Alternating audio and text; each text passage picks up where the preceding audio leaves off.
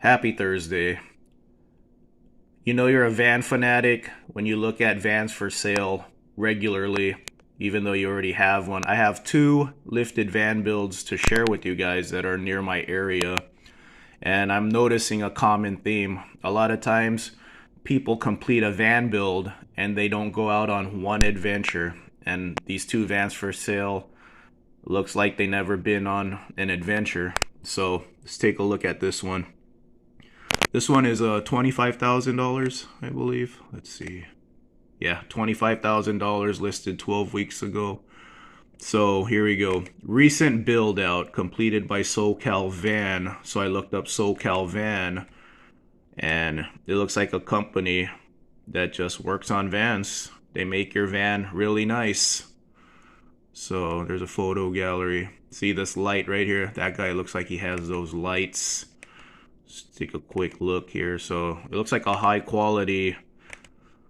It looks like they do high quality stuff. So it's probably why this guy wants $25,000. He probably paid a pretty penny for that conversion. This one has the 4.6. That surprised me because I didn't think the 4.6 came in extended Econolines. It looks like an Action Van lift. There you go, Bilsteins. Action Van uses Bilsteins in their base kit, but there you go. Extended van with the 4.6. I didn't think they did that. It's a nice job though when you look at the inside. Very high quality, very simple build, but really nice. I do like that little window. I don't know, I just like little conversion style windows when they put them into X-Cargo vans. That's really nice. So when you look at it, let's see, 4.6. I mean, it looks like it's never been used before. It's so nice, and he said a recent build out right there. So I think what happens is a lot of people romanticize the idea that they're going to go on epic adventures, and they never get to that point. Here's another one for sale. This one is this guy wants $45,000. He has the expensive bumper, $5,000 bumper, aluminum ladder, nice side steps, nice roof rack awning. So this one also has the 4.6.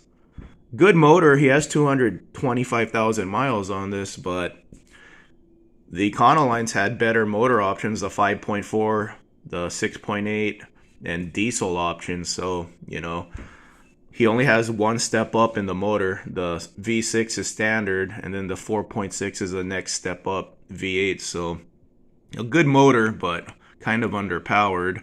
So this says 4-inch lift. This is probably an Action Van because he says Bilsteins on it.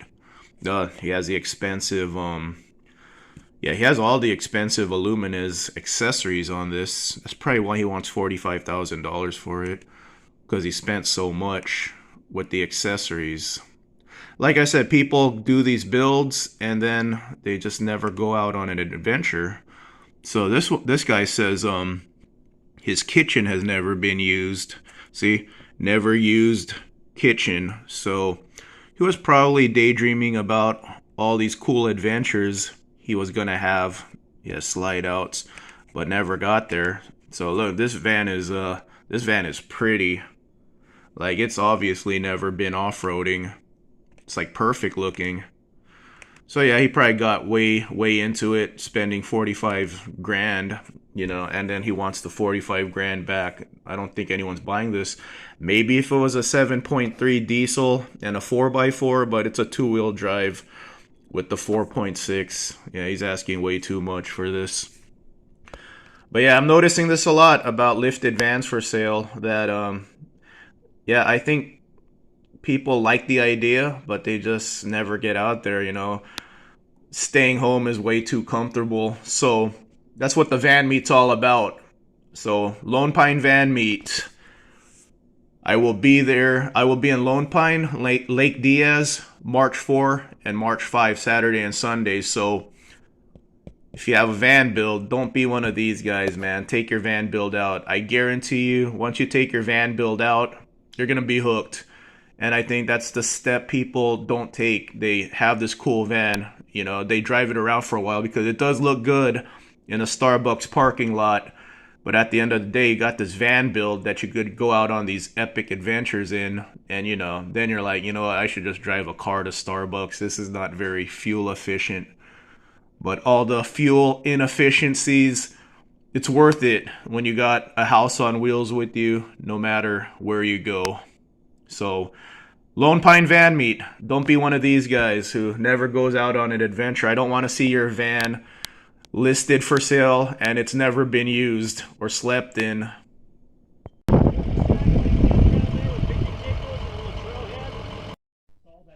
Holdfast is camping out here for the night. Really nice nook spot.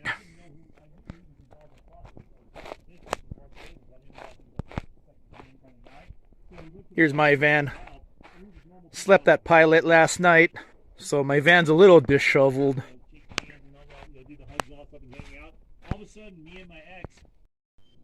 Tire update.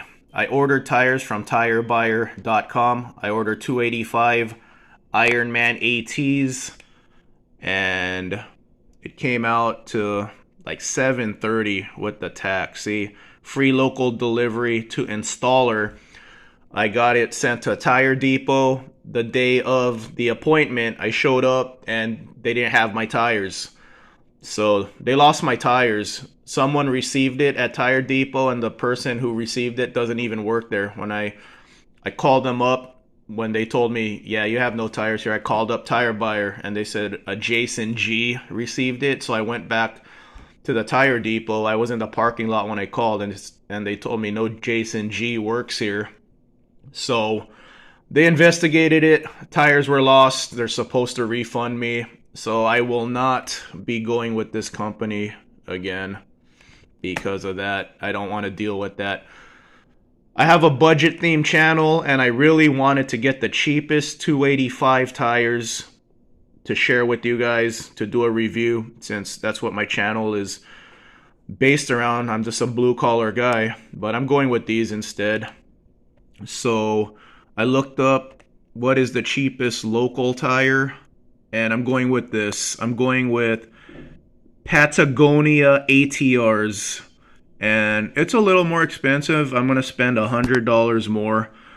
The Ironmans came out to $660 without the tax. These are $760 without the tax, so about $100 more. Not too much more, but yeah, I don't want to deal with Tire Buyer again.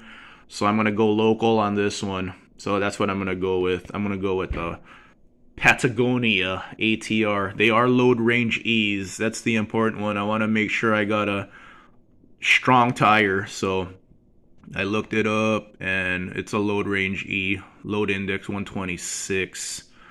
And then I went to their website just to confirm that the 285s are the proper load range. So that's the update with my tires.